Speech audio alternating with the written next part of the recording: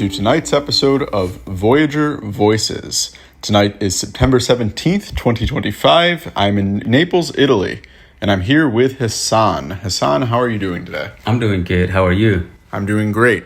Hassan, where are you from? I'm from Somalia. Nice. And you also lived in the States for a little while, is that right? Yep, I lived in the States about 10 years. Where did you live? I lived in between Seattle, Washington and Minnesota.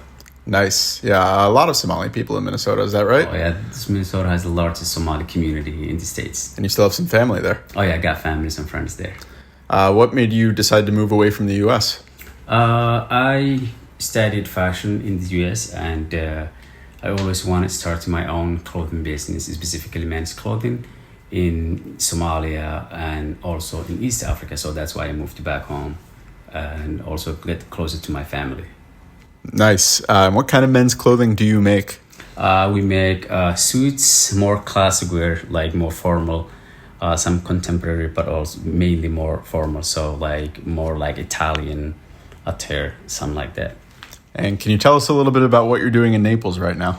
I'm here meeting with a few different factories, and I'm hoping, that I get a reliable factory that makes suits for me.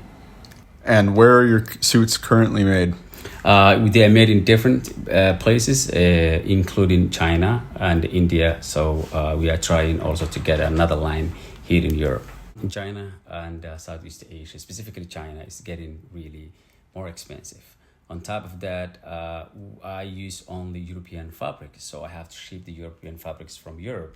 So the cost of shipping plus the duties plus the cost of ship back to from China to Africa, when we add all those together, it almost equal to the cost that we make here in Europe. So it's a lot easier just to do all the production vertically within Europe than it is to ship things back and forth. I think it's getting there, so that's why I'm here to figure out all those together. Are most of your customers in Africa or in Europe? Mostly in Africa, but I got also a few friends and family members who support our business who live in both in the States and Africa. And when you live in Africa, is it in Somalia? In Somalia, yeah. Nice. And how are things there right now? Things are getting better, and I want to put my feet before, the crowd comes. We hope that everything gets better as soon as possible. And what part of Somalia do you live in? I live in Mogadishu, the capital. I think about 3 million population, so yeah, it's pretty big. And you think things are going to get better soon, yeah? Oh, yeah. Yeah. It's getting better, yeah.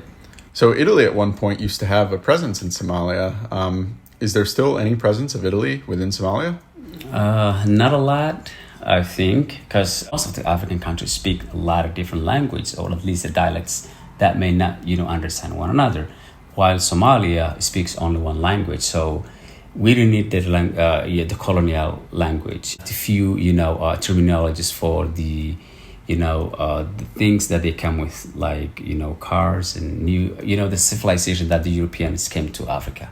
Those are the items that we still use, in Italian words. But other than that, there's no presence at all. Any buildings or anything? Very few. Very few. Very few. Do you eat Italian food at all in Somalia? Oh, I would say, I forget that, sorry. I think the food is still present, specifically, the pasta, and spaghetti. Actually, I've seen people said like Italy made the pasta, but Somalis perfected. So I don't know if that's true. But well, how did Somalis perfect it? What do they do with it? I think it's all about the herbs that we use, the African, herbs and the spices that we use. That's maybe made it a bit better. And goat is pretty popular to eat in Somalia too, is that right? Yep, goat's the most popular meat to eat, followed by camel meat.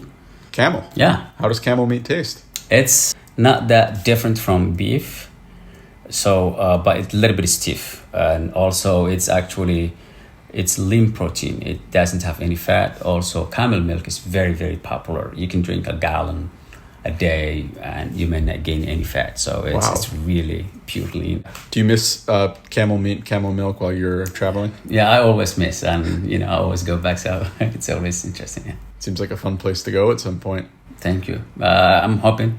Yeah. Well, Hassan, we wish you a lot of luck with manufacturing suits here in Europe and then selling them in Africa. Thank you for appearing tonight on the show. This has been Voyager Voices, tonight, September 17th, 2025, in Naples, Italy. Remember always, Vivi.